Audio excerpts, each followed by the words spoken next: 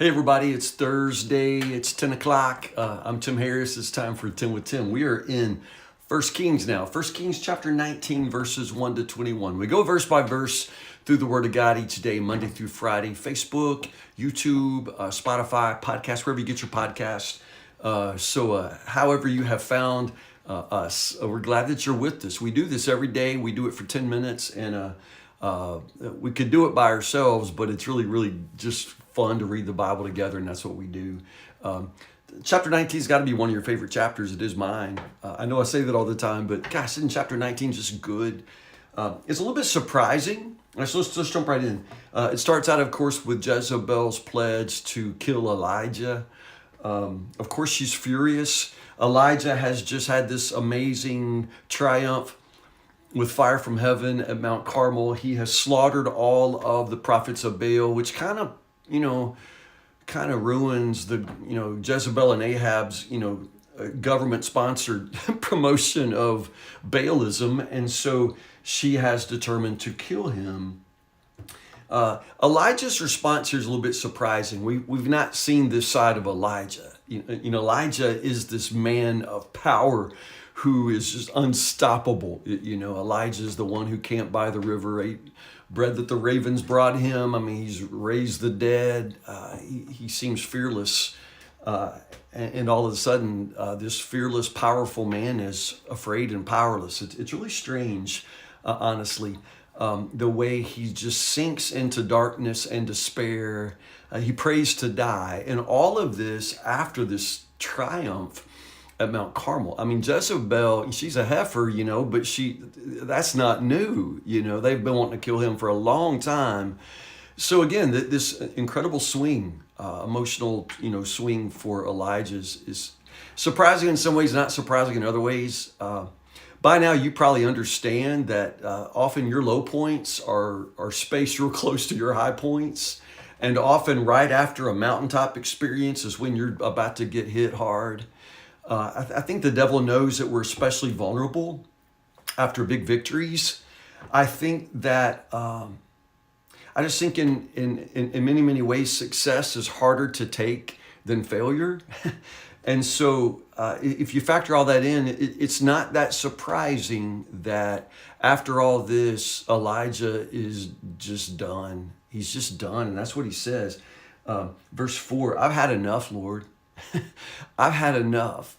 The Hebrew there translates, I've had enough. I mean, that's what he says. I've had enough. And, it doesn't even say enough of what, which is what I love.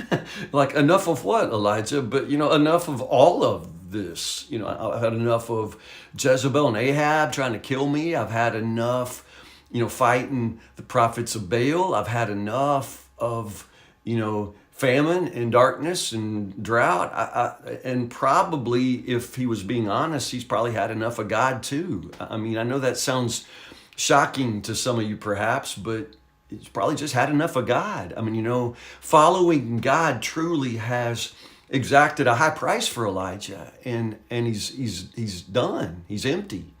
I know some of y'all, it's just like, well, Elijah, if you were there, you'd love to give him just a really hard kick in the seat of the pants, but that's not what God does. And it's part of why I love this passage. So Elijah withdraws into the wilderness, prays to die. God, I've had enough, and so he falls asleep out of exhaustion, I'm sure. And notice what happens next. An angel of the Lord comes and touches him and says, get up and eat.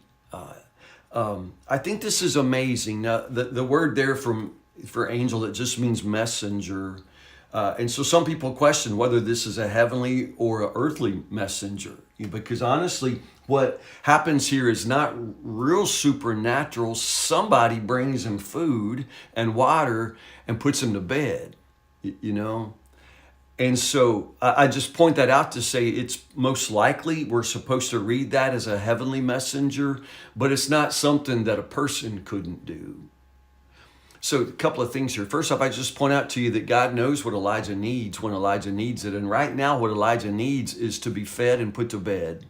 And I love the way that God does that God provides for that. Because again, some of us, man, we are full speed all the time. And if we end up like Elijah, we feel like somebody ought to come and kick us in the seat of the pants. And you think that's what God might do, but no, God knows. Elijah needs rest. He needs food. He needs to be fed and ministered to. He needs comfort, And so God sends this messenger of comfort, probably an angel, but can I just say this to you? In your own life, when you find yourself in Elijah's situation, and sometimes you will, you're just going to be done and empty. And what you really, really need is, to be fed and put to bed. And I'm just saying, in those moments, God will most likely send some kind of messenger of comfort to you. Probably not an angel from heaven, probably more like your neighbor or a friend.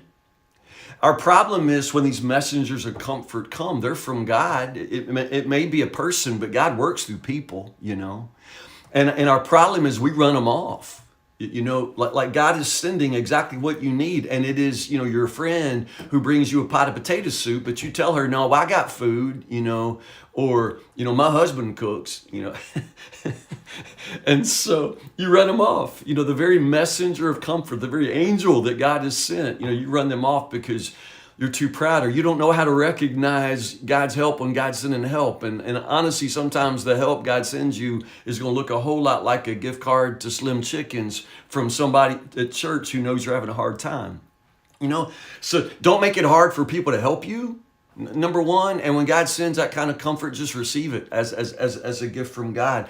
The other side of that is, be the messenger of comfort. There are people all around you who need what Elijah needs right here, and how hard it is for you just to go by, with some food, and a gallon of milk, and just leave it on the door, and because Lord knows that's all they need, just food and rest. And be the angel of comfort sometimes. That's what I'm saying. Now, the rest of the story is the part we always preach. It's the, it's the earth, wind, and fire, the earthquake, the wind. I think it's the wind, the earthquake, and then the fire, right?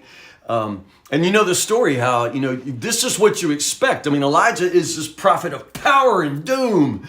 And certainly Elijah expects that he goes to Mount Sinai. That's the mountain of God, a place of revelation and miracles and wonders, but not today, because Elijah, steps out because God says, I'm about to pass by. Same words he said to Moses, I'm about to pass by. And so he steps out and, it's a tornado blows through, but God wasn't in it. And then the earthquake, the earth shakes and God's not in that, Fire from heaven, this is Elijah's, best thing, but God's not in it. I think it's amazing that when Elijah is promised this, that God's going to pass by, that he's about to have this amazing manifestation of God's presence, what he receives is absence. God wasn't in it. God wasn't in it. God, 3 times, God wasn't in it.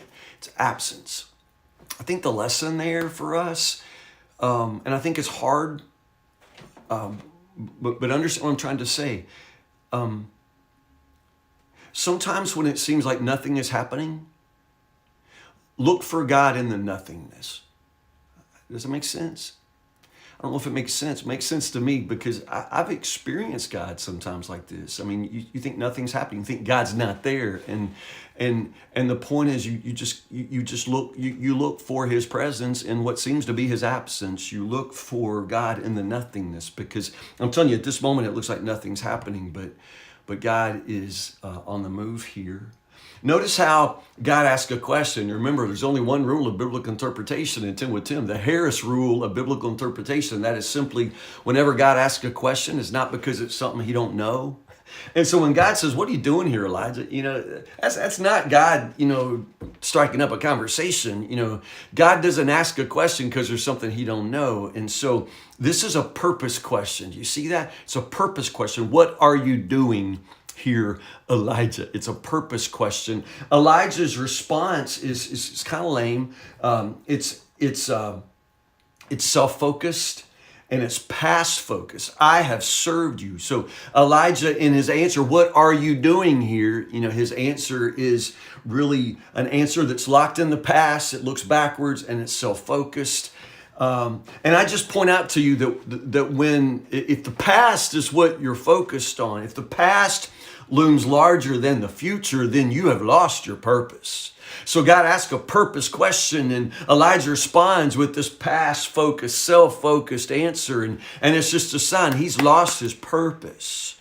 And so the earth, the wind, the fire, and then the same thing, the same question, like after all of that, we have the same conversation. What are you doing here, Elijah? Well, I've been zealously serving you, and I did all this, and now I'm the only one left, and notice at the end of the story here how it wraps up. God doesn't give more comfort. God gave comfort when that was what Elijah needs, but now that's not what he needs. So it's not more comfort. It's not consolation. What Elijah gets instead is a greater commission. That's pretty good. I'm a Baptist preacher, so what did I say? Comfort, consolation, commission, as an accident. So instead of comfort and consolation, he gets a greater commission, a greater sense of purpose. And notice how the last thing God says is, okay, I need you to go back. I need you to go back. Like back to what? Back to everything that Elijah already said he'd had enough of. Do you see that? I want you to go back. Back to all that mess. All of that you said you were done with. I got news for you, Elijah. We're not done with it. I just think it's amazing. In the end of this story, God's work turns out is more important than Elijah's frustration, and exhaustion. God gives him the rest and the sustenance that he needs, but then he sends him right on back because God's on the move, and Elijah's going to have to move with him. You see that? And at the end of that, and oh, by the way, I got 7,000 that haven't bowed their knee to Baal, so Elijah, in his moment of despair, he kind of overestimated his own importance. I'm the only one left. And God says, well, if we did the math more correctly, it'd be like 7,001. You are one among many, Elijah. I have quite a few who remain faithful. I love that. I love that. So, anyway, today, whatever you think you're done with, the Lord understands. He may just really want you to rest and receive comfort, and so be on the alert for the messengers of comfort who will appear. God will send you exactly what you need in this moment. Maybe what he really needs for you to do, though, is be on the move and join his work, and there's probably somebody out there that needs a messenger of comfort today. Why don't you do that? Why don't you do that? And always keep your eyes and ears open for the presence of God. He will never leave you or forsake you. I love you so much. Pick up right here tomorrow, chapter 20, verses 1 to 43. This is kind of a crazy story that I've never preached and you may have never read. So chapter 20 for tomorrow, we'll jump right into that, and I'll see you in the morning, 10 o'clock, Lord willing, for 10 with Tim. Did I say I love you? I love you guys. It's a pretty day, windy day. So anyway, stay in the Word, and I'll